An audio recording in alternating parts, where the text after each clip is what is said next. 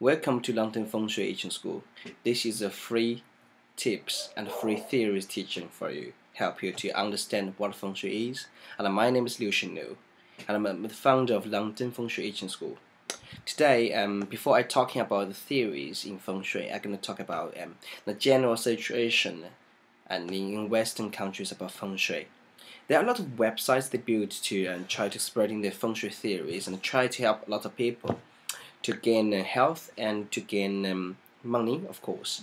That's good idea because we need positive energy. But however, I have to say, there are a lot of websites and societies and consultants they are doing feng shui, but they really lack some important theories to support their ideas because they have no idea where this is coming from. Why we believe that we put some fire elements like a flower or red pictures in near the front door that will give you a lot of wealthy and healthy energy.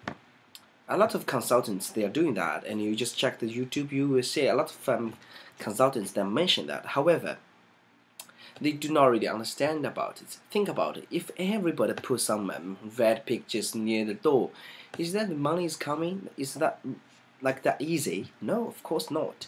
Because different house have different directions, and different directions needs different energy to support.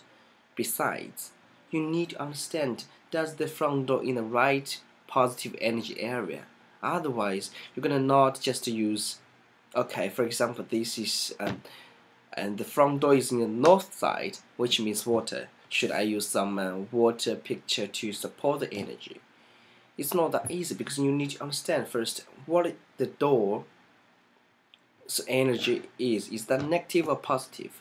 If that is negative, that's water, we need to kill it. We need to use some other energy to make it, try to make it like little by little, try to kill that energy. Then this will give you positive energy. So it's not just about my door is in the north side, then I could use water elements. I just have a bowl of fish, something like that. It's not that simple. So there are a lot of websites that always mention that, and they just there's some consultants they just go around and say, okay, look, this building is just like someone have a hands to welcome the energy, give you a big warm welcome. That's why the money is coming. No, that's not true. That's just your concepts. That's just the way you thought. How about if I think that's not the someone welcome you, but that's just someone wanna just cuff you. That's just someone wanna grasp you. How about that? So we can't just use our human's imagination to do feng shui. That's very important. However, our imagination, our thoughts affect feng shui. I'm gonna talk about this a little bit later, but I just wanna first talk about the general situation. And on the other hand, there are some feng shui or Yin Yang school. They provide some courses for you to study. They give you very clear content about what I'm gonna do, what I'm gonna study. Have you ever find actually they talking about law and you kind of like learn a lot? You can calculate the energy, but do you understand why the energy is like this? They do not really know. Even the founders, even the teachers, they do not really understand. In China, there are a lot of people doing feng shui, but they never understand what the reason. That's why sometimes it works, sometimes it doesn't. So sometimes they doubt themselves. So the reason that today why I put up this video is just want you to understand feng shui, I Ching, and tarot cards, horoscope. All of them have some theories in there. When you understand the theories, oh my God, all of them actually have connections and they are true, and I know how to use it properly. Okay. So hope you guys can really understand what I talked just now and just give you a little bit guidance. Do not be fooled. Okay, so now let's talk about feng shui. Feng shui is very, very traditional, very, very old Chinese way to balance the energy between you and the environment. Before I talking about feng shui theories, or before I talking about the qi in feng shui, I have to talk about something, the most basic elements in Chinese metaphysics. That's called Yin and Yang. I think you heard of it. Okay, let me just write on the board in order you can do some notes, and that's good, but I just use the brush, it's better for me. Thanks. Hope you guys don't mind.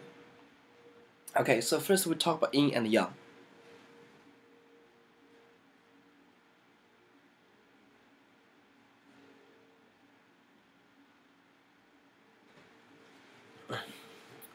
So, a lot of people say, yeah, I definitely understand what is yin and yang. You know, woman, man, hot and cold.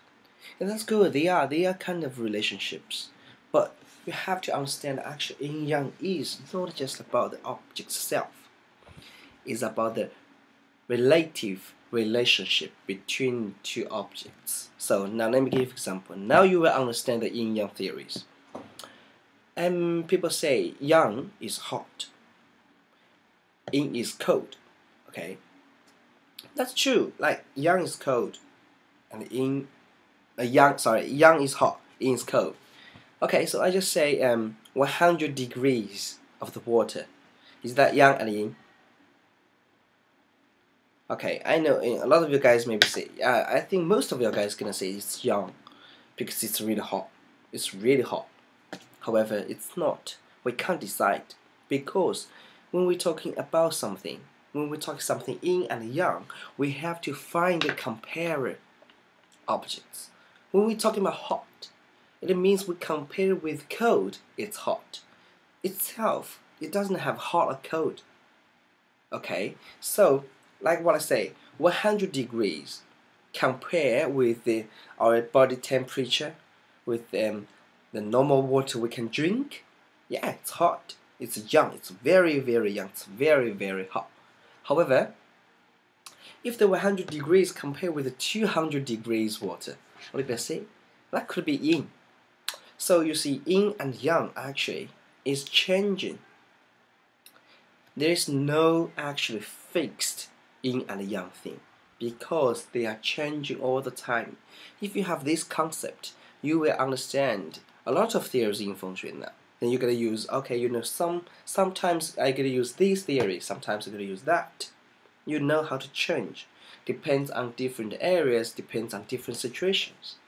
So the first relationship, what I said is yin and yang, they are always relative. Okay.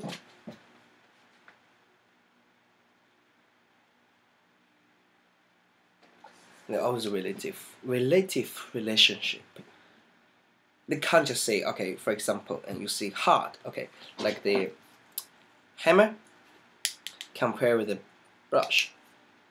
It's hard, and this is not as hard as this one. So this is yang, this is yin, because this is hard. This is comparative speaking is soft.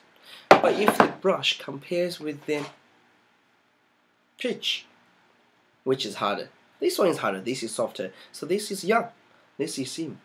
So what I'm going to say, even one object, they have a lot of yin-yang relationships. They can't just, that's yin, that's yang. We have to find the objects that we compare. So then you can understand.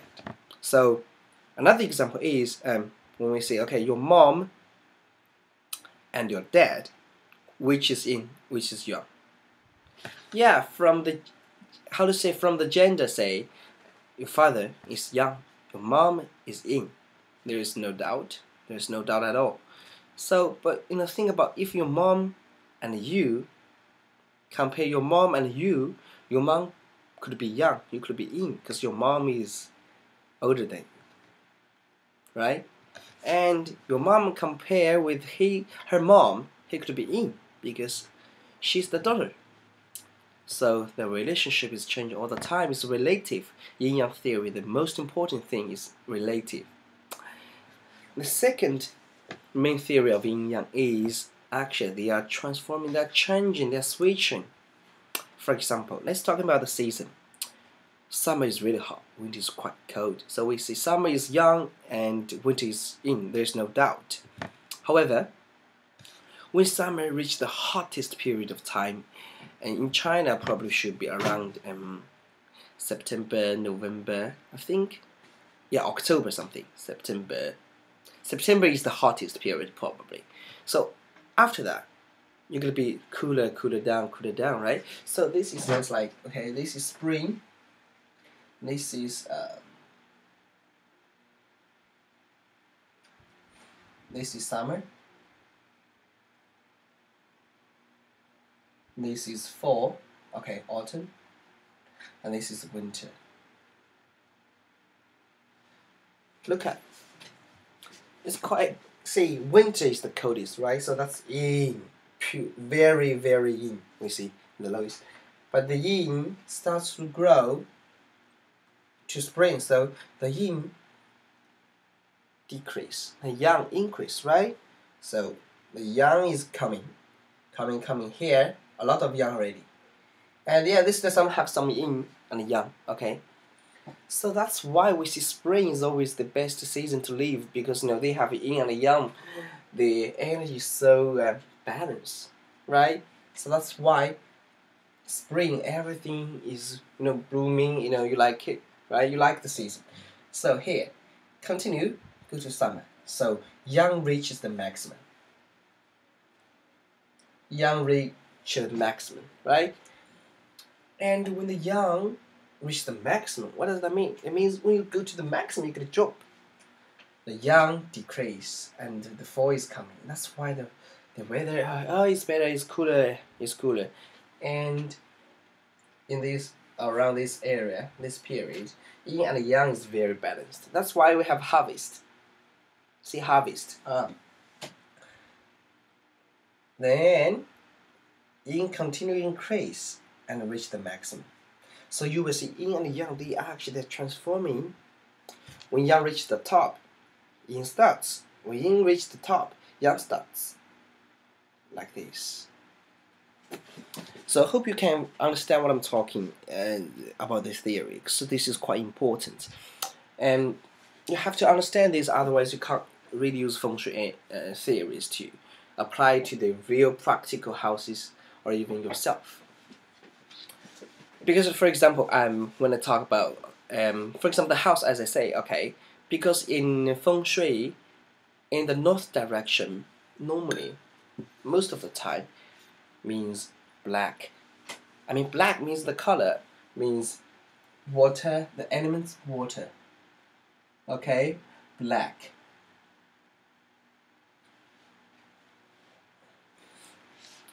Think about during the winter time, this energy definitely improve, because the winter's yin energy helps, because yin represents black, right? Yang means red, means very positive, means very shining. But black is very, is very calm down, is very peace. The feeling is very cold, so that means yin. So during the winter time, this direction has better energy, isn't it? So that's what I say. The earth is changing the energy by the sun. So that's why our house energy is changing as well. So if you want to really set up the best energy of your house, you definitely need to understand the yin and yang theories. They are always transforming. They are always be together, but they are just always changing, transforming. That's called yin and yang. So we understand yin and yang, the second theories. Okay, so the third one is called yin and yang theories. Yin and yang can always split into yin and yang, yin and yang, yin and yang. Okay, what I say is quite complicated, isn't it? Like yin and yang, yin and yang. So what I say is, for example, if we have something magnetic, for example, the hammer, okay? So they definitely have different, they have north and the south attractions, right? So what I say is south polar, north polar, right? When you break it, what happens? Do you only have south polar, then you don't have north polar of this one? No, you're gonna have a new set. So you break it, so that has south, still have north. This one have south and north. No matter how small pieces you break it, they always keep the two energy balanced. That's what I say. So yin and yang is the same. If we say, for example, if I say an apple. An apple is, okay, an apple.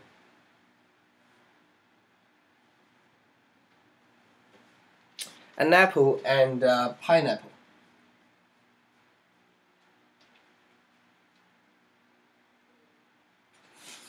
Sorry about my painting. Compare with the size, apple is yin, right? But okay, in this yin one, inside of apple, they can still find yin and yang. For example, what I say is, look, so this skin of apple is yang. Inside of it, they got some seeds, right? So that's yin, isn't it? Inside of the seeds, they got a bigger one, bigger seeds. They are yang, and the smaller seeds, they are yin, isn't it? So yin and yang theory, yin and yang are always, they can split into very, very, very small segmentations. Actually, that's how the Bagua works. I gotta talk.